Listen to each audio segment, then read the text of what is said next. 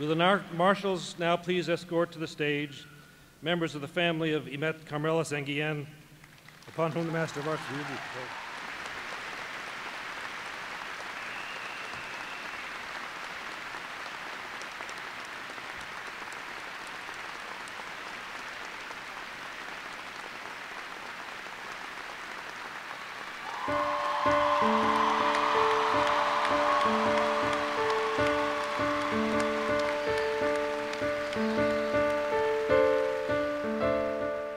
Every year, thousands of young people come to John Jay College of Criminal Justice to pursue their dreams, to pursue their passions for justice, to learn about the world in a different sort of way, to merge their academic interests with their personal and professional interests. And they leave here committed to making the world a better place. Over 10 years ago, one such person who came to John Jay and lit up our campus was a young woman in her early 20s named Imette St. Guillen. She came to study in our master's program. She wanted to change the criminal justice system. She wanted to be a fierce advocate for justice. Those dreams were not meant to be for Imette because 10 years ago, February 2006, she was murdered. Her murder galvanized our campus, shook our community, but it also galvanized the city. We wanted to do something in her honor. We set up a memorial scholarship, and two institutions came to join the cause. The Daily News launched a campaign to raise money. ABNY, the Association for Better New York, joined with the Daily News and joined with us.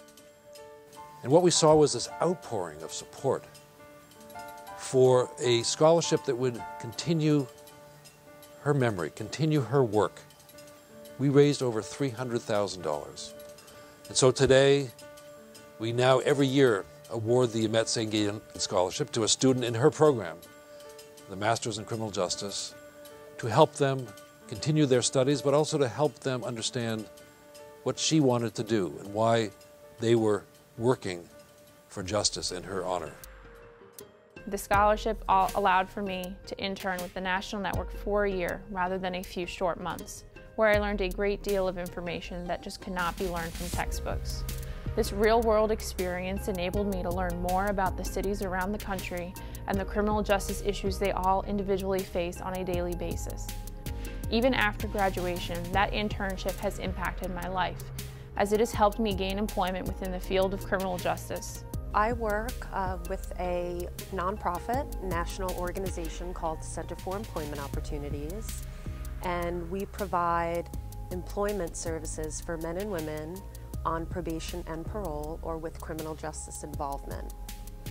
Currently, I'm the director of our national offices. I teach on the Pinkerton Fellowship class in youth justice. I've just come back from Rwanda, where I was overseeing a study of genocidaires, so genocide perpetrators. I'm working on a technical assistance project with Jamaica. I'm working with a female re-entry residential program in Brooklyn.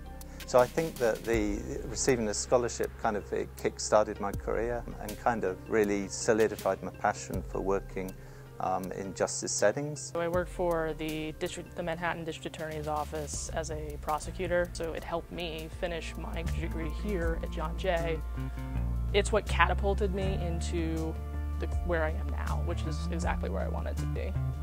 The scholarship impacted my career at John Jay by pushing me every day to do my very best. Anytime I felt like I couldn't go on or I wanted to cut a corner, I had to remind myself that my time here was forever tied to Imette. I currently work at CNN, and recently, about 6 months ago, I took a job at the documentary unit, and we do a lot of criminal justice focused stories as well. I wanted to really earn the right to have the scholarship, and so I studied harder, I took on more extracurricular activities. I just wanted to embody who Imette was. Since receiving the scholarship and working at Safe Horizon, going to law school, doing the work that I do now where I'm prosecuting crime, a lot of the time there are victims associated with that. You know, it just sort of indirectly has kind of mushroomed out, I guess, and affected so many people.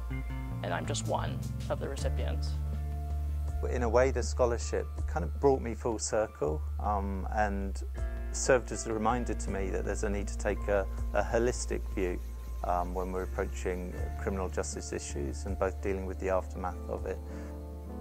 I was ultimately interested in criminal justice, particularly violence against women and intimate partner violence. And so receiving the scholarship now had given me a deeper purpose. I knew where I was going, and it was tunnel vision for working with men and women, individuals, different organizations, so that these things don't happen. So this is my chance, our chance, on behalf of Imette, on behalf of her family, to say thank you to those champions of justice who made it possible through their donations, large and small, to this fund, to continue the work that she started here. I'd like to thank them very much for believing me when I was at the very early stages of my studies here. Words just simply cannot begin to explain how much the scholarship has helped me, as I do not think I would be where I am today if it were not for it. I would like to thank the family for not only what the scholarship has done for me, but what it has done for every participant in the past, and for what it will do for those in the future. Your daughter's name, her legacy, it's affected people's lives in such a positive way. It's changed lives. I'm one of those people. And I try, and I'm sure I can speak for other people who have won this award, to embody the spirit of who she was in the choices that I make.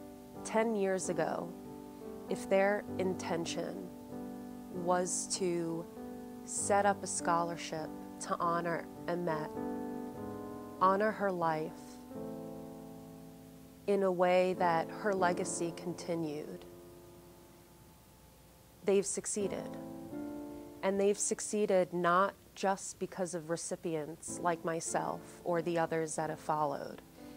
They've succeeded honoring her legacy through the hundreds of people that we've touched and that have been touched by her story. It's tragic that Imette couldn't do this work herself, but how fortunate we are that so many are able to continue this work in her name. Thank you.